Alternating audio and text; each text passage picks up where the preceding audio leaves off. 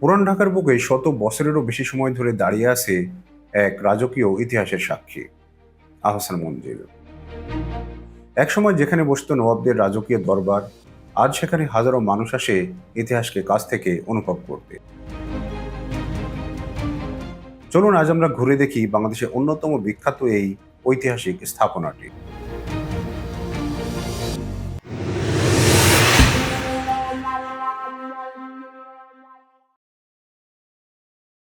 আসসালামু আলাইকুম, this is তকিব আর আপনারা দেখছেন তকিব গো।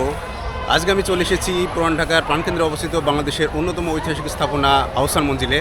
আমরা অলরেডি টিকিট পেয়ে গেছি। তো প্রাপ্তবয়স্ক 40 টাকা এবং বাচ্চাদের জন্য 20 টাকা লাগে।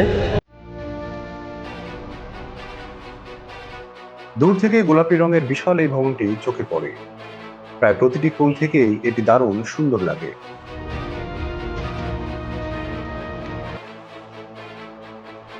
সামনের বড় সিঁড়ি আর উঁচু গম্বুজ পুরো স্থাপনাটিকে রাজকীয় এক সৌন্দর্য দিয়েছে।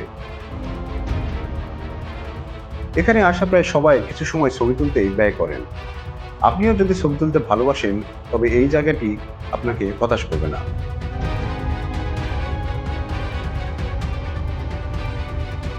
অনেকেই ভাবেন আহসান মঞ্জিল শুরু থেকে নবাবদের বাড়ি ছিল। আসলে তা নয়। প্রথমে এটি ছিল একটি ফরাসি বাণিজ্যিক কুঠি। পরে ঢাকার নবাব পরিবার এটি অধিগ্রহণ করে নতুনভাবে নির্মাণ করেন। নবাব আব্দুল গনির উদ্যোগে ভবনটির নতুন রূপ দেওয়া হয় এবং তার ছেলে নবাব খাজা আহসানের নাম অনুসারে এর নাম রাখা হয় আহসান মঞ্জিল।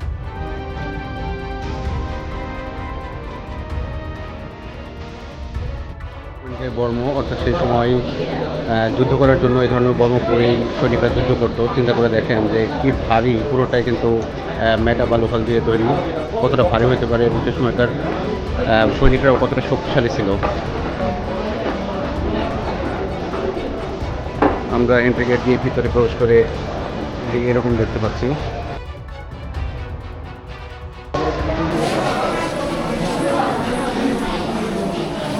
এই পাশে কিন্তু 1888 সালে মারাত্মকভাবে এই ভবনটি ক্ষতিগ্রস্ত হয়েছিল। পরবর্তীতে ভবনটি এরকম ছিল, এখান থেকে আবার নতুন করে আবার পুনর্নির্মাণ করা হয়।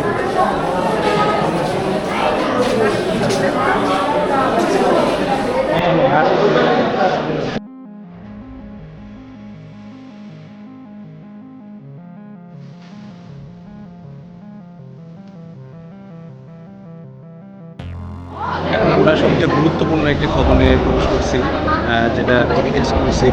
আমি যেটা দেখাই, সময় আসলে নবাবরা এখানে একটা ডাইনিং ছিল। এই ডাইনিংয়ে নবাব সহ নবাবের ফ্যামিলিরা এখানে খাওয়া দাওয়া করতেন।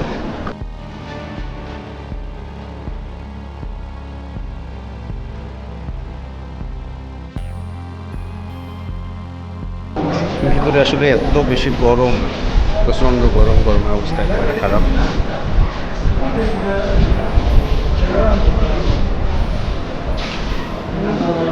বিভিন্ন ডাক্তারি যন্ত্রপাতি এখানে রাখা আছে।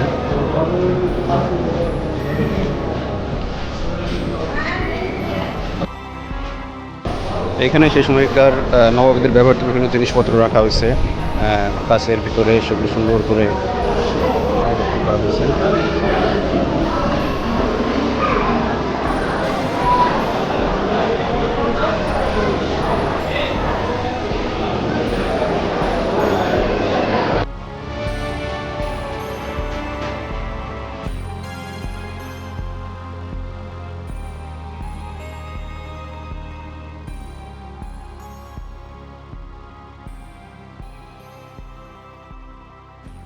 লকার রুম, অর্থাৎ সে সময়কার গুরুত্বপূর্ণ কোনো নথি, টাকা পয়সা, হেরাত জহর সব কিছু কিন্তু এই লকারেই সংরক্ষণ করা হতো। এবং দেখেন একটা লকারে কতগুলো তালা।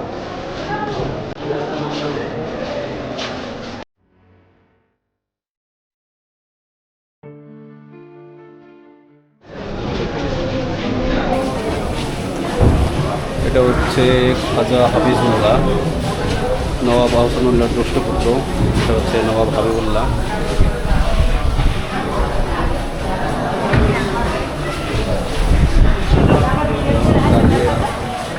বংশ তালিকা, এখানে একটা বংশ তালিকা দেওয়া আছে।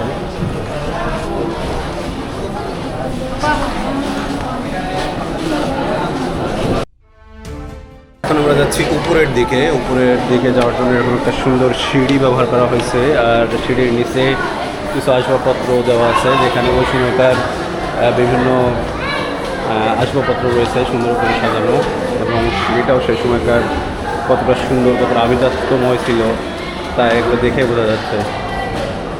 উপরে আবার একটা ঝাড়বাতিও আছে সেই সময়কার।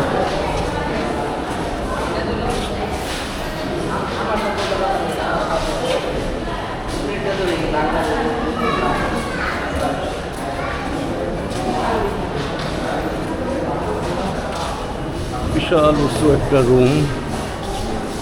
রুমের দেয়ালগুলোতে সেই সময়কার মাওলানা আকরাম খাঁ, অরবিন্দ ঘোষ, একে ফজলুল হক, কুমার মদনলাল রায়চৌধুরী সহ আরও অনেকের দেয়াল চিত্র করে রাখা হয়েছে।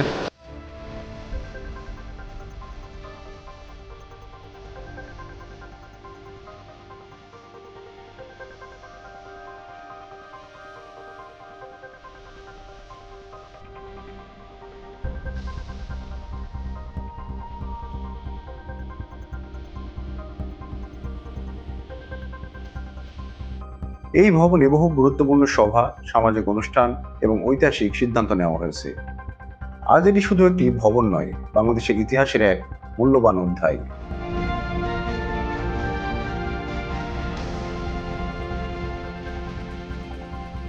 এখানে রয়েছে নবাব পরিবারের ব্যবহৃত আসবাবপত্র, রাজকীয় ঝাড়বাতি, পুরনো আলোকচিত্র, নথিপত্র এবং অসংখ্য ঐতিহাসিক নিদর্শন। প্রতিটি কক্ষই আলাদা আলাদা গল্প বলে। কোথাও অতিথির জন্য রয়েছে রাজকীয় আয়োজন, কোথাও পারিবারিক জীবনের ছাপ, আবার কোথাও ইতিহাসের গুরুত্বপূর্ণ মুহূর্তের স্মৃতি। আপনি যদি মনোযোগ দিয়ে প্রতিটি গ্যালারি ঘুরে দেখেন, তাহলে বুঝতে পারবেন কেন এই ভবনটি বাংলাদেশের অন্যতম গুরুত্বপূর্ণ জাদুঘর।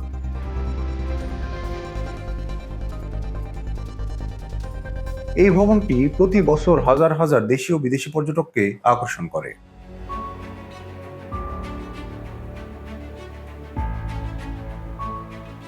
ভিডিওটি ভালো লাগলে অবশ্যই লাইক, শেয়ার এবং কমেন্টস করবেন। এবং আপনি যদি এখনও তকিব গো পরিবারের সদস্য না হয়ে থাকেন, তাহলে এখনই সাবস্ক্রাইব করুন এবং বেল আইকনটি অন করে দিন।